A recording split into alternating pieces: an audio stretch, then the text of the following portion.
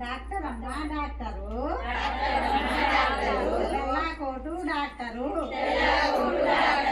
Doctor అమ్మా doctor తెల్ల coat doctor దెబ్బ తగిలి నొప్పి పుట్టి మందులిచ్చే డాక్టరు దెబ్బ తగిలి నొప్పి పుట్టి మందులిచ్చే డాక్టరు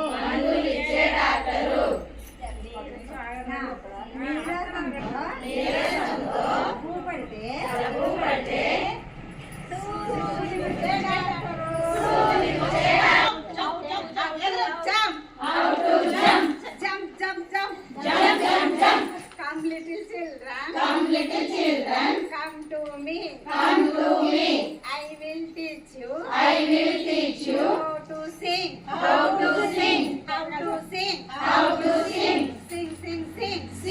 Sing.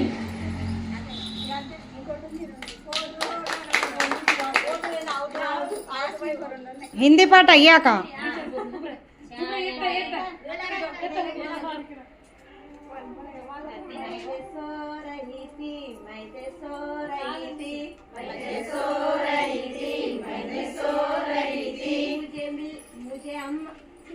मुर्गा मुझे मुर्गू ने जगाया बोले कुकड़ू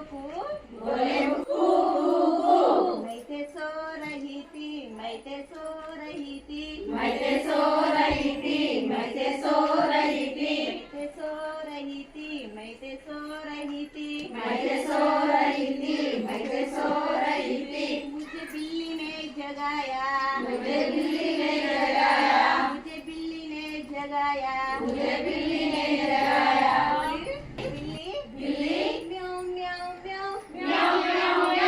म्याऊ म्याऊ म्याऊ मैं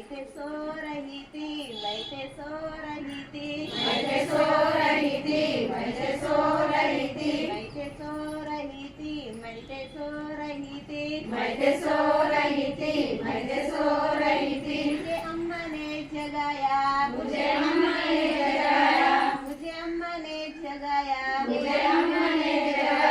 बोली अम्मा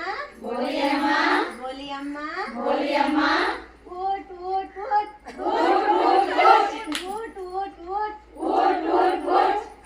क्लैप्स దండమే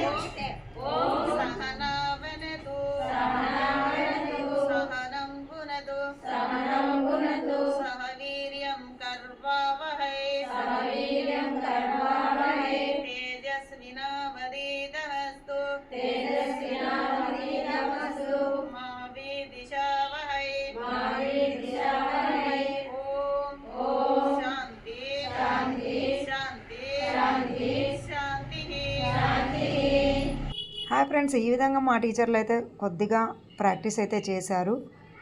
అలాగే ఎవరికి వచ్చిన పాటలు వాళ్ళు వేరే వాళ్ళకి కొద్దిగా నేర్పించారు. మరి మీకేమనిపించిందో కామెంట్లో తెలియజేయగలరు. అలాగే ఇంకొక టీచర్ అయితే సిలబస్ వారీగా ఏం చేస్తున్నారని చెప్పారు. ఒకసారి చూద్దాం. First GK questions. ఆ జీకే క్వశ్చన్స్లలో ఫస్ట్ మన గ్రామం పేరు అడగాలి. నెక్స్ట్ క్వశ్చన్ మన మండలం, తర్వాత మూడో క్వశ్చన్ మన జిల్లా, నాలుగో క్వశ్చన్ మన జిల్లా, తర్వాత మన రాష్ట్రం. తర్వాత మేము ఒక 8 పెట్టుకున్నాం, ఇవే ఇక అంతటితో ఆపేసాం. తర్వాత తెలుగు సబ్జెక్టుకి వచ్చేసి ఏంటంటే ఆ నుంచి అమ్మ ఆహ వరకు. తర్వాత ఆ అంటే ఏంటి, ఆ అంటే అమ్మ, రెండో ఆవు, అట్లా ఒక రూ వరకు, ఫస్ట్ అయితే ఒక రూ వరకు నేర్పించాలి. తర్వాత ఇంగ్లీష్ సబ్జెక్ట్, ఇంగ్లీష్ అంటే ఆల్రెడీ వాళ్ళకి ఏబిసిడీలు వచ్చు, ఏ టు జెడ్ వచ్చు. కానీ ఏ ఫర్ అంటే ఏంటి ఆల్రెడీ వచ్చు, కానీ బీ ఫర్ బాల్ కాకుండా A for apple, A for ant, తర్వాత బీ ఫర్ బాల్, తర్వాత B for banana, ball, bat, anyone ఏదో ఒకటి. అవి ఒక 4 3 నేర్పిస్తే సరిపోతుంది. తర్వాత మ్యాథ్స్ అంటే లెక్కలు అంటే నెంబర్స్ ఆల్రెడీ వచ్చు, 1 నుంచి 10 వరకు. ఆ 10 వరకు నేర్పించిన తర్వాత నెంబర్స్లో బరువు తేలిక, లావు సన్న, ఇవి వాళ్ళకి డిఫరెన్స్ అనమాట, తేడా నేర్పించడం. అది మ్యాథ్స్ అయిపోయింది. తర్వాత సైన్స్ అంటే బాడీ పార్ట్స్, ఆల్రెడీ ఇంగ్లీష్లో వచ్చు, మన వాళ్ళందరికీ వచ్చు, కానీ తెలుగులో కూడా నేను నా శరీర భాగాలు అనేది సైన్స్ సబ్జెక్ట్. ఇప్పుడు ఏంటంటే మనం మామూలుగా లోపల ఆటలు బయట ఆటలు అని నేర్పిస్తున్నాం, కానీ మ్యాథ్స్లో కూడా ముందుకి వెనక్కి, అది డిఫరెన్స్ వాళ్ళకి, అది మ్యాథ్స్. సిగ్గు వచ్చింది, ఇంగ్లీష్ మర్చిపోయావుగా.